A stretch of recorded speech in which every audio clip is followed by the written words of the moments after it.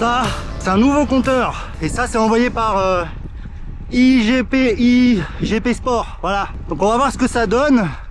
Mais d'abord, Victor du passé pour t'introduire le produit. Voilà. Alors oui, on va tester ça un petit peu en parlant spec, etc. parce que j'étais assez curieux. Alors on va mettre les choses un peu à plat. IGP Sport m'a envoyé ses produits gratuitement. Et je leur ai dit que potentiellement je ferais une vidéo si les produits m'intéressaient. Et je l'avoue, sur le papier, ils m'intéressent pas mal. Donc là maintenant, on va déjà faire un petit tour des specs parce que il y a quelques trucs qui m'ont tout de suite intéressé. Alors pour parler des références, j'ai reçu le compteur, c'est un BSC 300T. Donc c'est un petit compteur qui pour le coup va bien se comparer à mon Corosura et mon Garmin 530. Mais surtout, le radar arrière, c'est donc le SR Mini. Et ça, je suis très intéressé parce que ça fait maintenant un an quasiment que j'utilise le Garmin Varia RTL 515. Celui-là, comme tu vois, qui a bien servi. Et c'est un must-have. C'est un truc que j'ai, que je n'enlèverai pas de ma bicyclette. Voilà. Je sors, même quand je fais des sorties gravel, je l'ai tout le temps sur moi. Mais c'est vrai qu'il n'est pas petit et il n'est pas ultra léger. Première chose à dire, déjà, comme ça, on va mettre les choses à plat. Les deux sont en packing USB-C. Les deux ports de charge, je répète, sont en USB-C. Garmin, écoutez-moi bien, on en a marre du micro USB. Parce que clairement, que ça soit le compteur 530 ou le Varia arrière, c'est encore du micro USB. On est en 2025 et à ma connaissance, il n'y a pas eu d'update. C'est un scandale, je le dis tout clairement. Potentiellement, si ce radar fait aussi bien le boulot que celui-là, celui-là va clairement partir sur le bon coin. Hein, voilà. Alors, on va commencer par le poids. Je te fais descendre. Le Garmin, 73 grammes. Alors, il n'y a pas le lanyard, hein, je précise. Bon, voilà. Et celui-là, 52. Donc, 20 grammes d'écart, quand même, entre les deux. C'est vraiment non négligeable, je trouve. Et surtout, tu le vois, en termes de gabarit, on est quand même sur deux produits, voilà. Même la lumière, je trouve, du IGP Sport, tu vois, elle prend tout le tour. D'ailleurs, je vais te les allumer, tu vas voir, attention à tes yeux. Tu vois, les lumières sont complètement différentes. Le Garmin, tu as juste celle-là, là, tu as juste la haute. Et le IGP Sport, tu as... voilà, ça fait tout le tour. Je trouve ça déjà un poil plus stylé et finalement plus d'occupation de l'espace. Le port USB-C est situé ici. Voilà, je te prouve que c'est de l'USB-C. Ça, c'est top. Maintenant, on va parler du IGP Sport. Alors, je vais le comparer aujourd'hui au Dura. Pourquoi ? Parce que déjà, j'ai pas le Garmin sur moi, clairement, c'est mon truc de vélodrome, et je trouve que c'est plus logique. Tu vas comprendre pourquoi. Donc, le Corosura, qui fait 103 grammes, ce qui est déjà très très léger, et le IG Sport, voilà, 67 grammes. Donc, si on est Marseillais, 40 grammes de moins, ce qui est non négligeable. Pareil, alors, le Dura, lui, a bien un USB-C, il n'y a pas de doute. Le IG Sport a aussi un USB-C. Alors le petit truc que je regrette sur le IG Sport, c'est que d'une, la lanyarde n'est pas fournie avec, hein, et en plus elle se passe ici et j'ai un peu peur pour l'étanchéité. Tu vois, elle vient s'accrocher là et quand tu viens fermer la petite trappe, bah j'espère que ça garde l'étanchéité. Mais bon, c'est juste à garder en tête. Donc la partie poids, on voit clairement déjà que il y a une petite différence. On sait, on n'est pas des weight weenie, quoique on commence chez Tension de Chaîne à être weight weenie, mais ça c'est important. Mais c'était le premier point. Je sors ma liste parce que j'ai quand même marqué des choses. Donc le SR Mini, c'est son petit nom. Pour le coup très compact, ça c'est top. Le support fourni, on va le voir, ça c'est bien qu'il soit fourni. C'est un support qui s'accroche sur le truc de selle, c'est bien. Mais il y a des problèmes. Et la configuration est très simple. Alors le Garmin aussi, hein, sur ton compteur, tu vas dans ajouter capteur, il se détecte. Tu peux régler les modes de luminosité, etc. Pour le coup, avec le petit compteur IG Sport, ça fonctionne, IGP Sport, ça fonctionne très bien. Quant au petit compteur, pour le coup, les points positifs, c'est justement pareil. Très compact, très léger. C'est assez impressionnant. J'ai vu la version montée qui était dégueulasse de l'avant. On va dire clairement, niveau design, c'est aussi discutable. Le faux carbone à l'avant, on n'est plus en 2005, hein, voilà. Mais bon, ça fait le boulot. Il y a plein de petits boutons. Alors c'est un peu, il reprend un peu tous les boutons du Garmin. Voilà. Donc si on connaît Garmin, ça fait le taf. Par contre, on va le voir et je vais te montrer l'interface. J'ai l'impression d'être sur pour le coup, des téléphones de 2005, quoi. Regarde bien ça. Déjà, l'écran de lancement, quel enfer. Voilà. Alors voilà. Donc ça, c'est l'interface. Alors, il y a plusieurs styles d'interface. Je viens me mettre comme ça, tu vois. Voilà, donc il y a plusieurs styles d'interface. Là, c'est l'interface qui me paraissait la moins dégueulasse. Je te passe les autres interfaces, mais dis-toi que celle-là, c'est la moins dégueulasse. On est en 2025, il faudrait commencer à penser à faire des interfaces peut-être, voilà. Il est tactile. Le tactile répond très très bien. On peut le désactiver, ce qui est bien, mais on peut aussi utiliser, tu vois, les boutons latéraux pour naviguer, voilà. Honnêtement, peut-être l'interface est dégueu, mais le tactile répond mieux que là-dessus, très clairement. L'interface est vieillotte, mais elle fait le boulot. Je me remets comme ça. Tu retrouves tous tes modes, hein, la navigation, tes maps enregistrées, historiques, tes paramètres, voilà, notamment avec tes capteurs, etc. Tu vois, j'ai connecté mon capteur de puissance. Concrètement, ça fonctionne comme un compteur normal. C'est plutôt très intuitif et je trouve que ça se rapproche du Dura. C'est pour ça que je préfère le comparer au Dura. Pour le coup, la simplicité est vraiment là. C'est-à-dire que c'est pas Garmin, c'est pas une usine à gaz avec les IQ Connect et machin. Ça fait le boulot et c'est ça qu'on veut. J'ai pas parlé de prix, mais j'en parlerai à la fin. Il y a quand même un petit point négatif justement au niveau de l'écran, c'est qu'il n'y a pas la luminosité automatique. Voilà. Mais tu as un mode nuit et un mode normal. Voilà. Donc en fonction de l'heure du coucher du soleil, il va passer en mode nuit, donc diminuer la luminosité et mode normal. Je te dirai sur le vélo si la luminosité est suffisante. L'autonomie, il n'y a pas de panneau solaire comme sur le Coros. Le Coros, on peut aller jusqu'à 120 heures. En réalité, probablement beaucoup plus. Celle-là, c'est annoncé pour 20 heures. On se prendra plus tard pour voir si c'est réel, mais c'est comparable au Garmin. 530. Donc, ça devrait plutôt bien faire le boulot. Et on recharge avec un petit port USB-C. Voilà. Donc, c'est pas mal. Le système de fixation, le quart de tour, c'est du Garmin, sauf que je trouve qu'il clique un peu moins bien que le Garmin. Sur mon support de compteur Bjorn, c'est moyen, et sur les autres aussi. Je trouve que ça, tu sais, ça fait pas bien le clic. Donc d'où la laniarde, toujours mettre une laniarde. Ensuite, alors le SR Mini. J'ai quelques trucs à dire avant qu'on parle, qu'on aille sur le... Enfin, le plus gros problème. L'autonomie est supérieure à celui-là. Celui-là, c'est une cata. Honnêtement, je fais 2 sorties, il n'y a plus de batterie. 2 sorties de 2h30, 3h, il n'y a plus de batterie. Le truc est fini. Alors, est-ce que c'est dû à l'âge, etc. Peut-être, mais n'empêche que l'autonomie, c'est de la merde. Enfin, vraiment. Même quand on règle sur une luminosité jour-nuit, etc. Parce que l'avantage de celui-là, c'est que vu qu'il utilise le capteur de luminosité de ton compteur, il s'adapte et voilà. Mais n'empêche que c'est pas ouf. Lui, il est annoncé pour 20 heures. Je te dirai encore une fois au cours de après si ça fait le taf. Mais sur le papier, en tous les cas, c'est mieux. Voilà. Et les modes de réglage, en fait, les modes de réglage et tout, c'est beaucoup plus intuitif que celui-là. Celui-là, faut vraiment aller fouiller dans les paramètres. C'est vraiment pas ouf. Garmin, c'est vraiment fait pour te faire des nœuds au cerveau. Là, avec le compteur, ça fait le boulot. Donc voilà. Par contre, IG Sport, IGP Sport là, ça va pas du tout. Enfin, je veux dire, ça va pas du tout parce que je vais t'expliquer le gros problème qu'il y a avec le quart de tour du IGP Sport.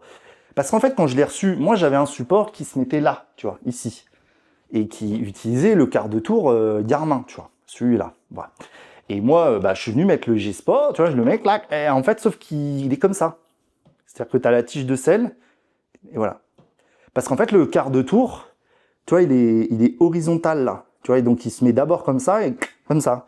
Alors que le Garmin, il vient se mettre comme ça, et ensuite comme ça.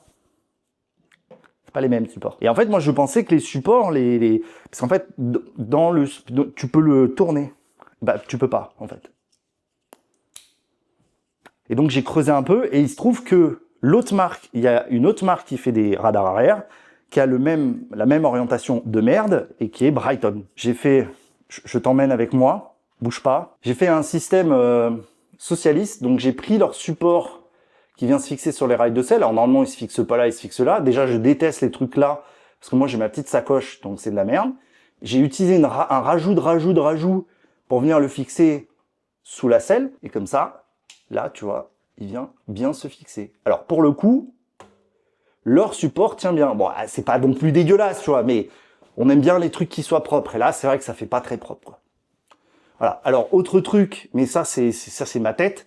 Pourquoi le IGP Sport est mis verticalement comme ça? Personne n'a la tête inclinée comme as, tu vois. On est plus comme ça, tu vois. Personne. Donc, ça aurait été même plus logique qu'ils mettent le quart de tour comme ça, tu vois. Et là, boum. Donc ça, c'est quand même le truc un peu con. Enfin, même genre grandement con, qui m'a profondément gavé.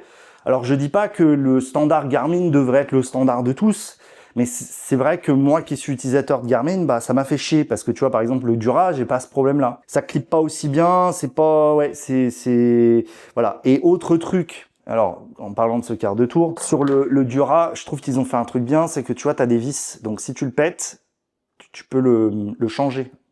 Là, c'est directement moulé. Alors, c'est comme sur les Garmin, hein, attention. Mais, voilà. Sur le papier, on est quand même sur deux produits. C'est pas piqué des hannetons. Surtout quand on... Parce que le tarif, oui. Alors, on rappelle, le Dura, il est à 279. Je vais vérifier, le Garmin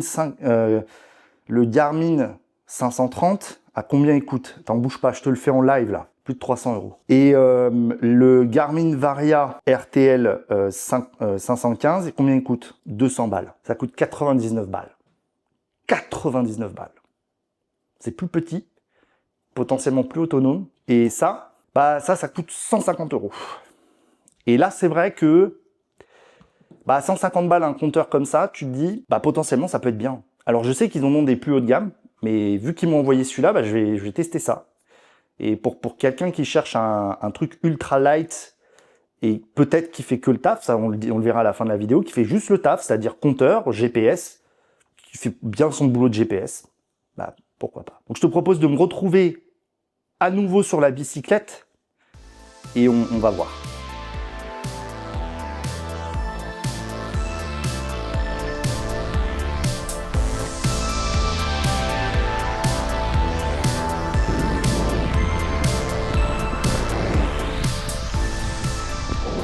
Alors, premières impressions. L'appairage des capteurs et tout se fait très bien. Il n'y a absolument aucun problème à ce niveau-là. Le GPS a mis un peu de temps à se lock.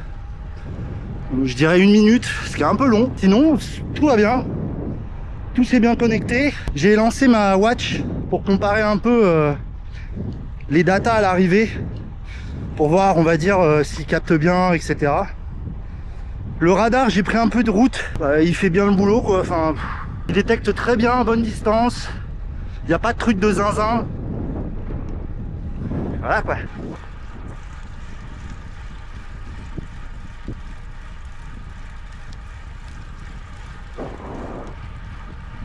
Alors, petite particularité que j'aime bien, c'est que quand tu es sur ces images-là, en fait, au lieu de switcher sur la map, tu vois, en gros, ça te masque cette page et ça t'affiche la map pour te dire où aller. Là, ça te met des directions avec la distance restante jusqu'au prochain virage. Ce que je préfère, parce que quand tu es en train d'essayer de contrôler ton cardio et tout ça, c'est un peu mieux quand même, je trouve. Et si tu veux la map, tu switches sur l'écran de map. Voilà. Et so far, le tactile répond bien. C'est vrai que si tu veux pas utiliser le tactile, tu utilises les boutons. Et ça répond aussi bien. Et c'est vrai que j'ai pas grand chose à dire au radar. Il fait juste son boulot.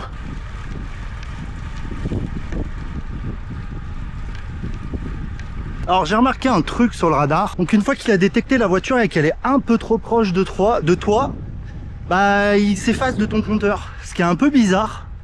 Alors je sais pas si ça le fait à chaque fois. Tu sais que tu as une voiture derrière toi au moins. Et voilà. Par contre j'avoue il détecte bien. Il n'y a pas trop de soucis. Il y a un peu des misses à des moments, parce qu'en fait il détecte les voitures garées dans l'autre sens.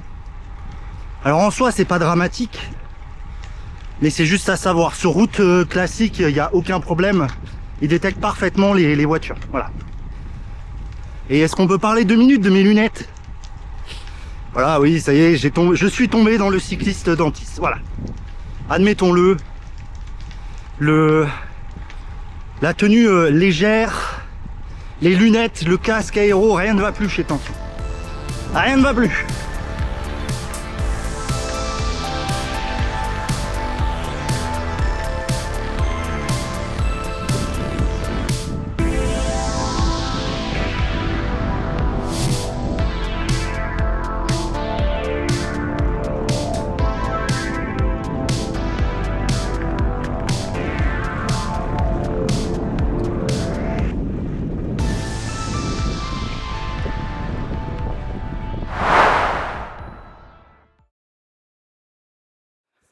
Ok, rentrée de cette balade, je voulais te parler un petit peu du soft, parce que forcément, un bon compteur vient avec un software. Bon, alors comme tu l'as vu déjà, le software, niveau écran, c'est plutôt fluide, il n'y a pas trop de problèmes là-dessus. Au niveau des périphériques, par exemple, si on vient donc à allumer le petit radar, je descends l'écran et tu vois, il va tout de suite apparaître. Dans les modes d'éclairage, tu vois, tu peux choisir différents éclairages personnalisés, etc. Le temps restant, c'est l'autonomie restante. Ça, je trouve ça plutôt bien. Donc, tu vois, tu as la batterie. Tu as plusieurs modes d'éclairage pour le SR Mini, constante forte, constante moyenne, personnalisée, clignotement, etc. Quand tu vas avoir une voiture qui arrive proche de toi, ça va se mettre à clignoter. Alors, je sais que normalement, c'est interdit quand ça clignote, mais le Garmin fait pareil. Voilà, bon, c'est à savoir. C'est assez basique le SR Mini et ça fonctionne vraiment très très bien à ce niveau-là. Hein. Il n'y a pas de problème. C'est basique. L'appairage, tu vas directement dans les paramètres capteur et tu vois, tu retrouves justement tous tes paramètres. Donc les paramètres de radar, les alertes. Alors tu peux choisir de quel côté tu as l'alerte. Moi c'est tout le temps à droite. D'ailleurs ça devrait être à gauche parce que c'est plus logique.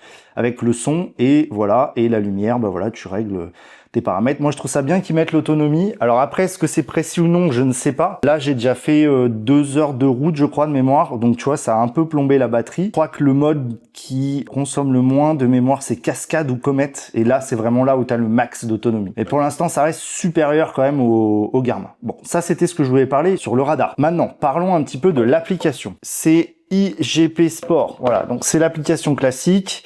Donc tu vois, il y a un petit peu mon historique, il y a mon compte, tension de chaîne, il y a normalement mes dispositifs, voilà, donc là il est connecté, 73% de batterie. On retrouve dans les fonctions de l'appareil, donc la gestion de données, données de navigation, les entraînements, donc là c'est tout ce que tu as ajouté.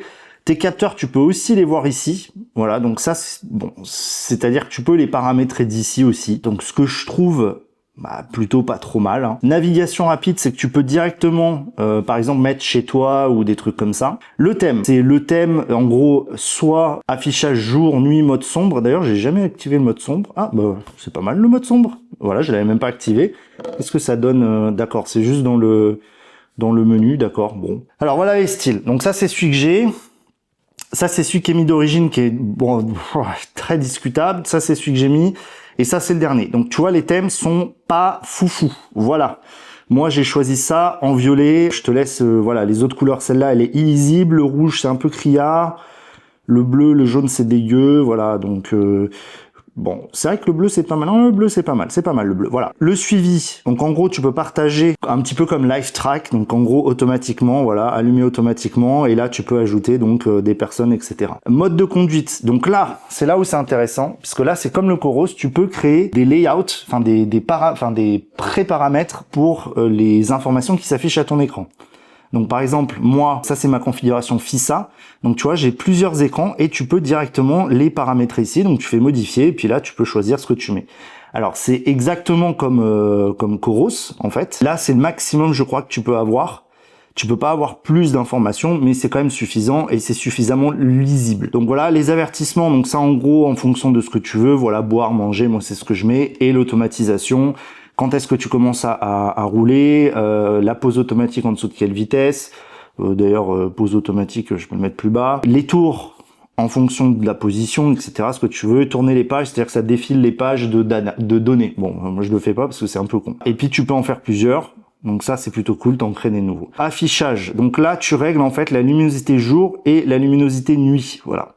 Et le rétroéclairage, voilà, donc ça c'est un peu les paramètres classiques. Donc ça c'est l'application. Ensuite, alors elle est très simple, mais elle te donne un petit peu toutes les infos dont tu as besoin. J'ai pas trop de choses à dire, c'est une application très basique qui fait le boulot, qui est pas exceptionnelle, mais qui a le mérite d'exister. Tu peux ajouter tes itinéraires, voilà, tu en crées par exemple sur Strava, sur Komoot et tu les envoies un petit peu la meilleure Coros. Ça fonctionne très très bien. Alors on peut aussi connecter le SR Mini directement à l'application, ce qui permet en fait de faire le paramétrage du SR Mini et de l'utiliser juste avec l'application. Donc là tu vois par exemple c'est le détection, donc si tu mets ton téléphone sur le cintre, tu peux avoir la détection de voiture. Tu peux gérer les modes de lumière directement depuis l'application, avoir le mode personnalisé ici, régler par exemple la luminosité de la lumière principale, donc ça c'est quand même plutôt pas mal. Savoir s'il est toujours allumé ou on va dire, alors ils appellent ça vacillant, c'est là où les traductions sont pas ouf, mais bon voilà. Ensuite, la configuration de la fonction intelligente, donc synchronisée avec l'extinction du vélo, la veille auto.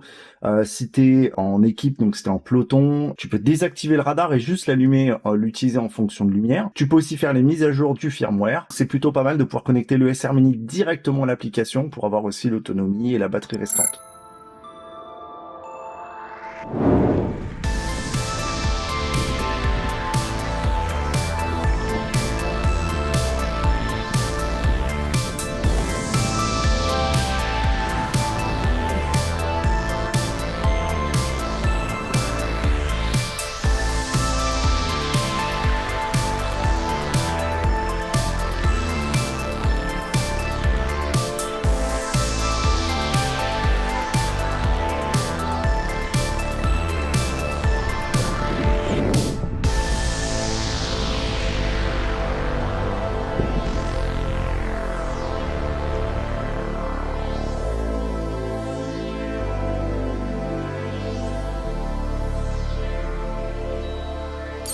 Il est temps de conclure sur ces deux produits que j'ai pu tester.